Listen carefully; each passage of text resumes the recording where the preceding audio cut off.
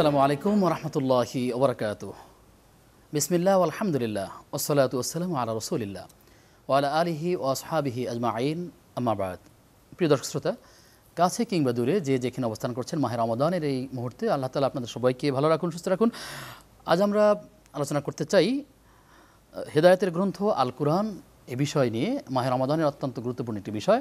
প্রিয় দর্শক, আপনারা এতক্ষণ দেখছিলেন বিআরবি কেবল নিবেদিত আলোকিত Ramadan, powered by Al Arafah Islami bank PLC, co-sponsor Nexus properties, Islami bank Bangladesh PLC ও দারুন নাজাহ মডেল মাদ্রাসা। প্রিয় দর্শক, আমাদের মাঝে দুজন বিদগ্ধ স্কলার উপস্থিত রয়েছেন। আমরা তাদের সাথে পরিচিত হব, এরপরে আমরা মূল বিষয়ে চলে যাব ইনশাআল্লাহ তাআলা।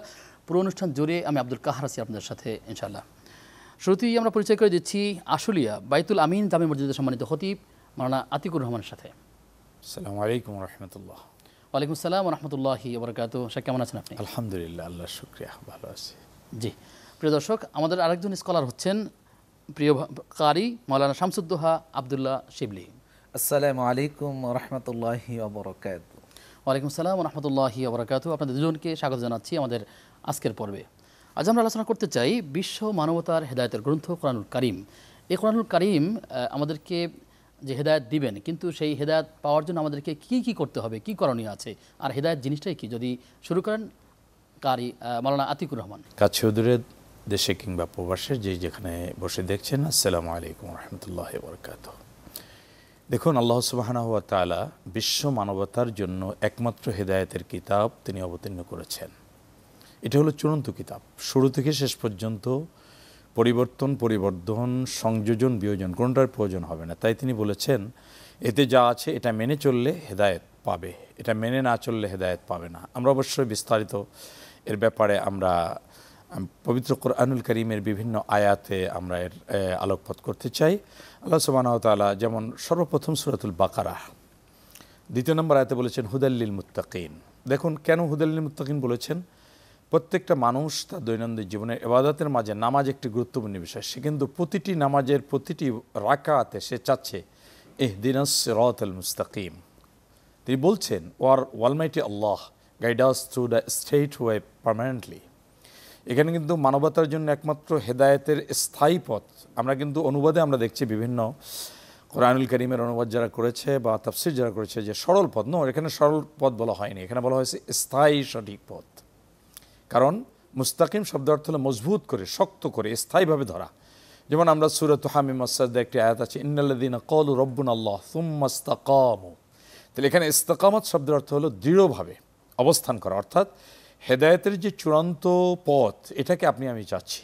ঠিক এই কথাটাই মহাগ্রন্থ আল কোরআনের সূরাতুল বাকারার 2 নম্বর সূরার 38 নম্বরে আল্লাহ তাআলা বলছেন, যেটা the first man our fathers হযরত আদম আলাইহিস সালামকে ইন্ডিকেট করে বলেছিলেন, ফাইম্মা ইয়াতিয়ান্নাকুম মিন্নি হুদা, আমার পক্ষ থেকে যে হেদায়েতের কিতাবটা আসবে, দে ইউ ফলো দিস বুক, যারা এটাকে অনুভব করবে, অবলম্বন করবে, অনুসরণ করে চলবে, ফামান তাবিআ হুদায়া ফালা খাউফুন আলাইহিম নো ফিয়ার অন দেম ওয়ালা হুম ইয়াহজানুন নর শ্যাল দে গ্রাইভস। তার কোনো ভয় থাকবে না, চিন্তাও থাকবে না। তার মানে এটা যে মানবতার জন্য শুধু, এখন যদি এখানে আমরা কিন্তু অ্যাভেলেবেল আলোচনা করতেছি, এটা অনেক আগের মুখস্থ আলোচনা বা অ্যানালাইসিসবিহীন আলোচনা। সেটা কি যে কোরআন পড়লে হেদায়েত পাওয়া যাবে, কোরআন আমরা মানার দিকেও যাচ্ছি না। আমরা বলি যে কোরআন হেদায়েতের একমাত্র, কিন্তু কোরআনটা যে বিশ্ব মানবতার জন্য ইন্ডিকেট করে বলা হয়েছে। আল্লাহ তাআলা বলছেন সূরাতুল বাকারার 2 নম্বর সূরার 185 নম্বর আয়াতে, শাহরু রমাদান, this is the month of রমাদান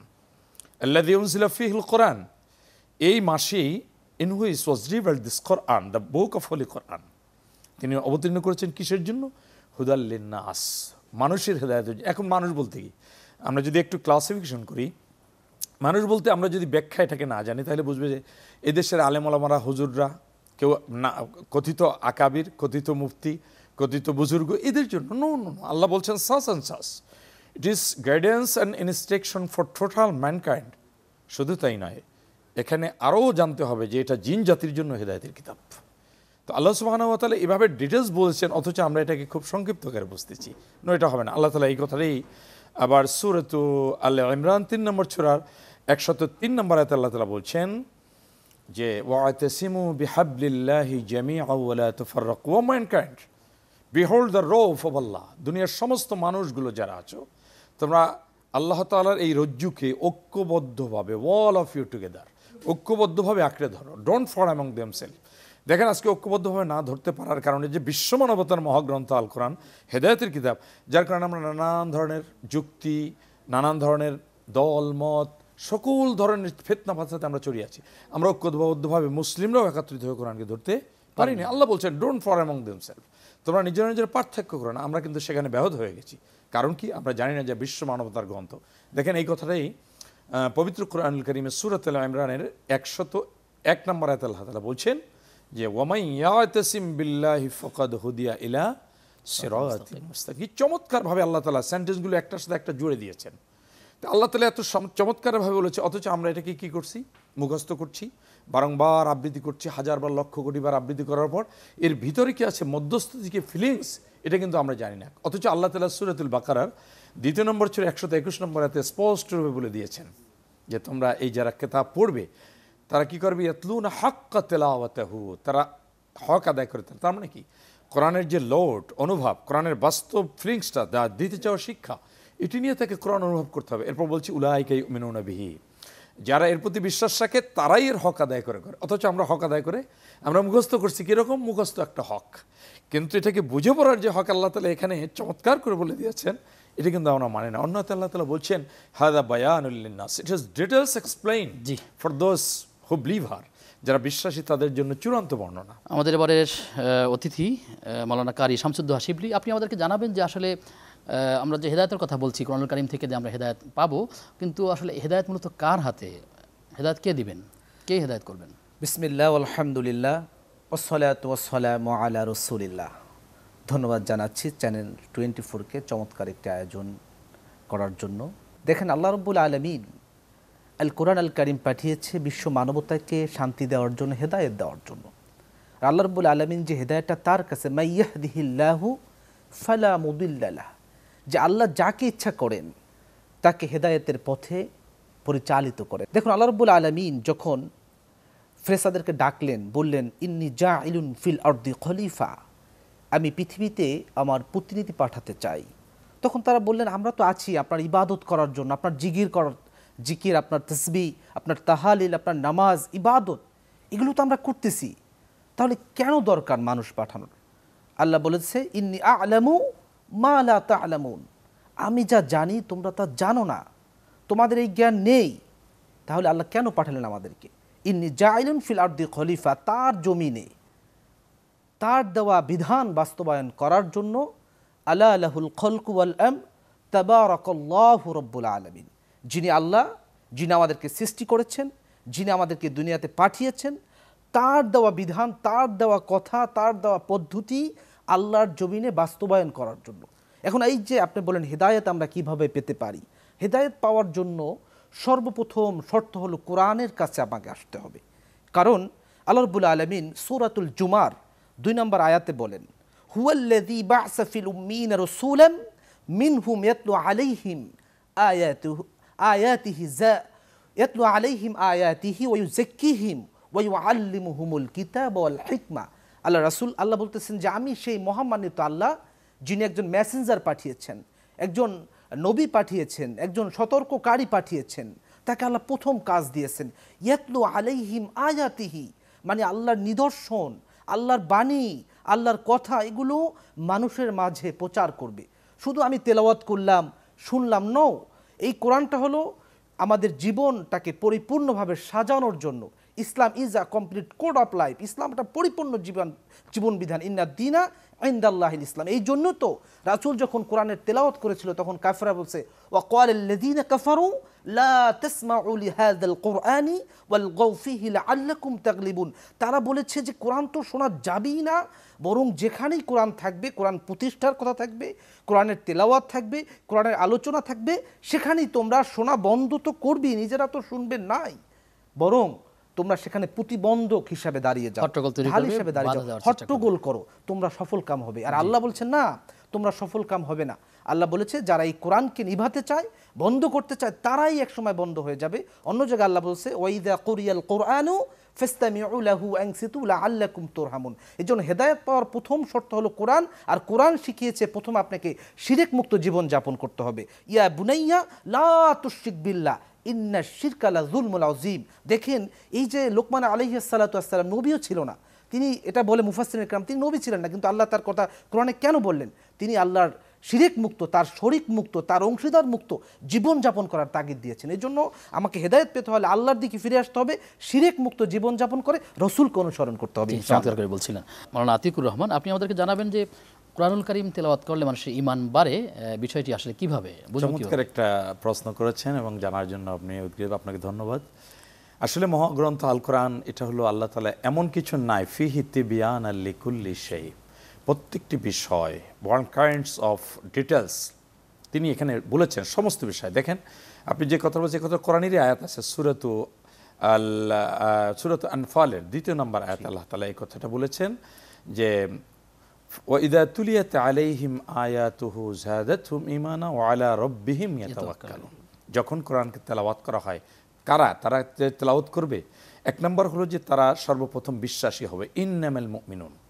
দেখেন বিশ্বাসী বলতে আমরা যারা সকলে বলি আমরা ঈমানদার, কিন্তু মুমিনের তেলাওয়াত করার কারণে তার যে বিশ্বাস বাড়বে এটা কিন্তু আল্লাহ নিজেই বলেছে। এখন মুমিনরা আমরা তেলাওয়াত করতেছি, হাফেজ হয়েছে, কারি হয়েছে, বিদগ্ধ বড় বড় স্কলার্স হয়েছে, কিন্তু দেখা গেছে যে এই সমাজ বিনির্মাণের ক্ষেত্রে, এই সমাজকে পরিশুদ্ধ করার ক্ষেত্রে অনেক দৈন্যতা আমাদের মাঝে দেখা দিচ্ছে, যে কারিও বেড়েছে, হাফেজও বেড়েছে, আলেমও বেড়েছে, কিন্তু সমাজের অন্যায় দিন দিন বেড়েছে। তার মানে কি, যে ঈমান যে বাড়বে, ঈমান বাড়ার জন্য ওই তেলাওয়াতের মধ্যে আল্লাহ তাআলা যে কথাগুলো বলেছেন, একটি আয়াতকে 3 বার আল্লাহ 3টে ছুরায় বলেছেন, যেমন কামা আরসালনা ফীকুম রাসূলাম মিনকুম ইয়াতলু আলাইকুম আয়াতিনা ওয়া ইউযাক্কিকুম। আল্লাহ বলছেন যে রিসাইটিং টু দেম, তাদের মাঝে এমনভাবে তেলাওয়াত করবে যে তেলাওয়াতের মাঝে প্রকৃত যে মূল নির্যাসিত অর্থ এটা বের করে আনবে। তেলাওয়াত থেকে আল্লাহ কি দিতে চান শিক্ষা, সেই শিক্ষাকে গ্রহণ করবে। যে তুমি কি কেন কোরআন কি তেলাওয়াত করবে না, কোরআন কি বুঝবে না, কোরআন নিয়ে গবেষণা করবে না? অবশ্যই আমরা কোরআন নিয়ে গবেষণা করব, বুঝতে চেষ্টা করব, বাকি আলোচনা শুনবো বিরতির পর ইনশাআল্লাহ তাআলা। প্রিয় দর্শক, আপনারা দেখছিলেন বিআরবি কেবল নিবেদিত আলোকিত রমাদান। সময় হচ্ছে একটা বিরতির, ফিরছি কিছুক্ষণ পর, সাথে থাকুন।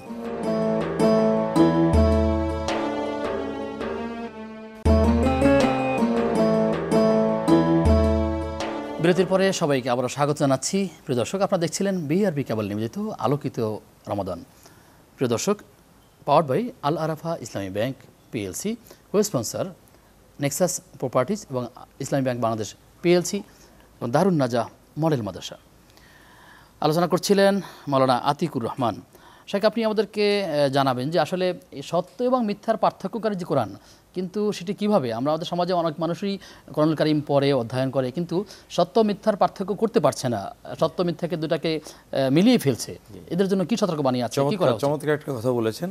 ঠিক আল্লাহ সুবহানাহু ওয়া তাআলা পবিত্র কোরআনুল কারীম সূরাতুল বাকারার 2 নম্বর সূরার 185 নম্বর আয়াতে আল্লাহ বলছেন হুদাল লিন-নাস ওয়া বায়্যিনাতিম মিনাল হুদা ওয়াল ফুরকান। এর বলা হয়েছে যে it is details explain between right আর রং। সত্য মিথ্যা পার্থক্য করা কিন্তু আল্লাহ তাআলা বলছেন যে তোমরা যদি আল্লাহ তাআলার বিধানকে মনে প্রাণে তেলাওয়াত, অনুভব, বাস্তবতার জীবন এটা করো, তা দিয়ে হবে তোমার আল্লাহ ভীতি অর্জন। এই জন্য আমাদের যে সমাজে প্রচলিত আছে যে আল্লাহ ভীরু তাকওয়া, আসলে প্রচলিত এই ধারণাটা ঠিক নয়।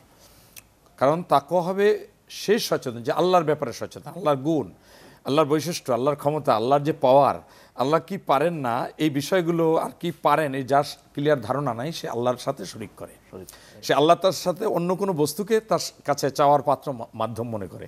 তো সেক্ষেত্রে আমাদেরকে খেয়াল রাখতে হবে যে আপনি যে কথা বলেছেন যে কোরআন থেকে সত্য মিথ্যা পার্থক্য করতে পারে না কেন, আল্লাহ বলছেন যে এটা সত্য মিথ্যা পার্থক্যকারী কিতাব, হুদাল লিন-নাস ওয়া বায়্যিনাতিম মিনাল হুদা ওয়াল ফুরকান। তার মানে হলো যে আল্লাহ সচেতন ব্যক্তি অবশ্যই তার বিবেক, কমন সেন্স যেটা বলা হয়, সেই বিবেক সে বলে দিবে যে কোনটা সত্য কোনটা মিথ্যা, কোনটা সে করবে কোনটা সে করবে না। আর এটাই তাকওয়ার বিধানে বিভিন্ন মনীষীগণ বলেছেন যে মুত্তাকি সেই ব্যক্তি হবে যে আল্লাহ তাআলার একটি আদেশের বাইরেও যাবে না, আল্লাহ তাআলার নিষেধের একটির সাথেও সম্পৃক্ত থাকতে পারবে না।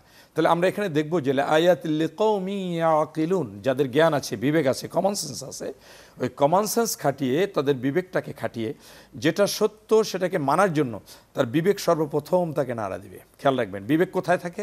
বিবেক হলো আপনার সম্পূর্ণ বিষয়টা কিন্তু নিয়ন্ত্রণ করে আপনার এই ফোর ব্রেন, সম্মুখ ভাগ। আপনার এই ব্রেনটা যদি সুস্থ থাকে তাহলে আপনি সুস্থ আছেন। ব্রেনটা যখন অফ হয়ে যাবে তখন কিন্তু আপনাকে সেন্সলেস বলা হবে। ব্রেনটা যখন যথার্থ প্রয়োগ না করবে তখন কিন্তু কোরআন বলেছে ননসেন্স। লাহুম কুলুবুল লা ইয়াফকাহুনা বিহা ওয়া লাহুম আয়ুনুল লা ইবসিরুনা বিহা আযানুল লা ইয়াসমাউনা বিহা উলাইকা কাল আনআমি বাল হুম আদাল, তখন তাকে বলা হয়েছে ননসেন্স। সুতরাং সত্য মিথ্যার পার্থক্যটাকে যদি আপনাকে আমাকে করতে হয়, আপনার বিবেক যেটা সর্বপ্রথম আপনাকে বলবে এটা করা যাবে সেটা করার দরকার। আর বিবেক যেটা বলবে যে এটা করা যাবে না, যা আমাকে লুকিয়ে করতে হবে, গোপনে করতে হবে, কেউ দেখে ফেললে আমি শরমেন্দা হব, আমি লজ্জিত হব, সেই কাজটা থেকে বিরত থাকাটাই হলো আল্লাহ রাব্বুল আলামিনের এই কোরআনের সহায়ক এবং তার বাস্তব জীবনে আল্লাহ সচেতন অর্থাৎ তাকওয়া খোদাভীরু এই আল্লাহ সচেতনতা অবলম্বন করলেই সে সত্য মিথ্যা থেকে বিরত থাকতে পারবে, সত্য মিথ্যাকে অবলম্বন করতে পারবে। মিথ্যা থেকে বিরত থাকাই তো আল্লাহ বলছেন যে মিথ্যা থেকে বিরত থাকতেই হবে। World kinds of wrong did, অবশ্য সমস্ত মন্দ কাজ থেকে বিরত রাখবে কে? এই কোরআন। কেন রাখবে? কোরআন নিজেই বলেছে হুদাল লিন্নাসি ওয়া বায়্যিনাতিম মিনাল হুদা ওয়াল ফুরকান। যে পারবে না সে তার কমন সেন্স অবদমিত হয়ে গেছে, সে ব্যর্থ হয়ে যাবে। সেজন্য কোরআনকে সামনে রেখে পৃথিবীর জীবনের যা করণীয় আল্লাহর আদেশ তা আমাদেরকে জেনে নিতে হবে, যা বর্জনীয় সেগুলোকেও জেনে নিয়ে আমাদেরকে পরিপূর্ণরূপে বর্জন করে চলতে হবে। আব্দুল্লাহ শিবলি আপনার কাছে, তরুণ আলোচক, আপনি আমাদেরকে জানাবেন যে আসলে এই কোরআন থেকে হেদায়েত পাবে কারা, কোনো শর্ত আছে? হ্যাঁ, চমৎকার একটি প্রশ্ন করেছেন, আপনাকে ধন্যবাদ জানাচ্ছি। আবারও যারা দেখছেন দেশ এবং প্রবাসে সকলকে ধন্যবাদ। দেখুন, আমরা কোরআন নিয়ে আলোচনা করতেছিলাম। আল্লাহ রাব্বুল আলামিন তো অনেকগুলো মাস দিয়েছেন, এই 12টি মাস, শাবান আছে, জিলকদ, জিলহজ, মুহররম। তো এই মাসগুলো কেন দামি না? আসলে কারণটা কি? এর কারণ হলো আল্লাহ রাব্বুল আলামিন তো এই আমাদের শায়েখ যে আয়াতটা বলতেছিলেন যে আল্লাহ রাব্বুল আলামিন বলেন যে এই রমাদান মাসে আমি কোরআন নাজিল করেছি, হুদাল লিন্নাস ওয়া বায়্যিনাতিম মিনাল হুদা ওয়াল ফুরকান, সত্য এবং মিথ্যার মধ্যে পার্থক্য করার জন্য। জাআল হাক্কু ওয়া যাহাকাল বাতিল ইন্নাল বাতিলা কানা যাহুকা। যখন এই সমাজে কোরআনটা প্রতিষ্ঠিত হবে, কোরআনটা যখন চলে আসবে, কোরআনটা যখন তার যে আলো আমাকে আলোকিত করবে, তখন কিন্তু এই বাতিল যারা আল্লাহ রাব্বুল আলামিনের সাথে শরিক করে, যারা আল্লাহর বিরুদ্ধে আইন প্রণয়ন করতে চায়, তারা কিন্তু বলা হয় যে তারা জাহুকা, দূরভূত হয়ে যাবে। আর হেদায়েত পাওয়ার জন্য প্রথম শর্ত হলো আমাদেরকে এই অন্তরটাকে আল্লাহর জন্য উন্মুক্ত করে দিতে হবে। অর্থাৎ এই মান আতানি ফাকাদ আতাউল্লাহ ওয়া মান আসানি ফাকাদ আসাউল্লাহ, যে আল্লাহকে অনুগত করতে হবে, আল্লাহ রসুলকে অনুগত করতে হবে। আল্লাহ রসুল বলেছেন যে আমি দুইটা জিনিস রেখে গেলাম তোমাদের সামনে। দুইটা জিনিস হলো, একটা হলো আমার কোরআন, আল্লাহর কোরআন, এবং রসুলের সুন্নাহ। এই দুইটা যদি আমরা আঁকড়ে ধরতে পারি তাহলে আমাদের হেদায়েতের পথ সুগম হবে। আল্লাহ রাব্বুল আলামিন কোরআনে বলে ইল্লা তাগফিরু ইউআযযিবুকুম আযাবান আলীমা ওয়া ইস্তাবদিল কওমান গায়রাকুম ওয়া লা তাদুররু শাইআ। যদি আমরা আল্লাহর এই পথকে আঁকড়ে না ধরি, আল্লাহর পথে সংগ্রাম না করি, if you don't struggle on the way of Allah imposed one you other nation, তাহলে আল্লাহ অন্য একটা জাতিকে চাপিয়ে দেবে। আজকে ফিলিস্তিন, আজকে সারা বিশ্বে যা হচ্ছে, এর কারণটাই হলো যে আমরা রমাদান আসে, রমাদানে রোজা রাখি, নামাজ পড়ি, সালাত তাসবিহ পড়ি, কিন্তু এই কোরআনটাকে উপলব্ধি করি না, রমজানটাকে উপলব্ধি করি না। রমাদানের শিক্ষাটা কি? কোরআনটাকে বাস্তবায়ন করা, এক মুসলিম আরেক মুসলিমের পাশে দাঁড়ানো।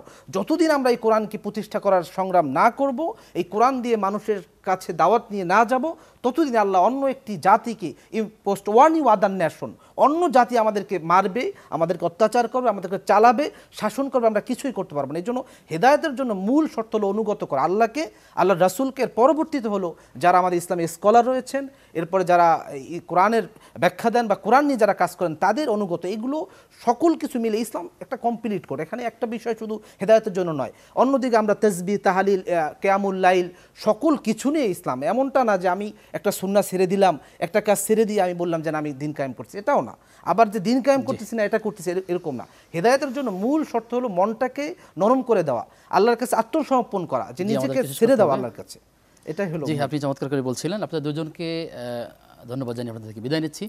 আবার কখনো দেখা হলে নতুন কোনো বিষয় নিয়ে আলোচনা করবো ইনশাআল্লাহ। যারা আপনাকেও ধন্যবাদ। প্রিয় দর্শক, আপনারা দেখছিলেন বিআরপি কেবল নিবেদিত আলোকিত Ramadan, powered by Al Arafah Islami bank PLC, co sponsor properties, Nexus properties ও ইসলামী ব্যাংক বাংলাদেশ পিএলসি। এবং দারুন নাজাহ মডেল মাদ্রাসা। আলোচনা করছিলাম হেদায়েতের গ্রন্থ আল কোরআন। রমাদান চলছে, রমাদানুল কারিমে আমরা কোরআনুল কারিমকে বিশুদ্ধভাবে তেলাওয়াত করবার চেষ্টা করব এবং বিশেষ করে অর্থ ব্যাখ্যা জানার চেষ্টা করব এবং পরিবারের প্রত্যেকটি সদস্যের কাছে, সমাজের প্রত্যেকটি মানুষের কাছে কোরআনের দাবিগুলো আমরা নিয়ে যাওয়ার চেষ্টা করব। আল্লাহ তাআলা আমাদেরকে এমন দায়ী হওয়ার তৌফিক দান করুন। আজ এ পর্যন্তই। আগামী অনুষ্ঠান দেখবার আমন্ত্রণ জানিয়ে আজকের মতো বিদায় নিচ্ছি। আসসালামু আলাইকুম ওয়া রাহমাতুল্লাহি ওয়া বারাকাতুহু।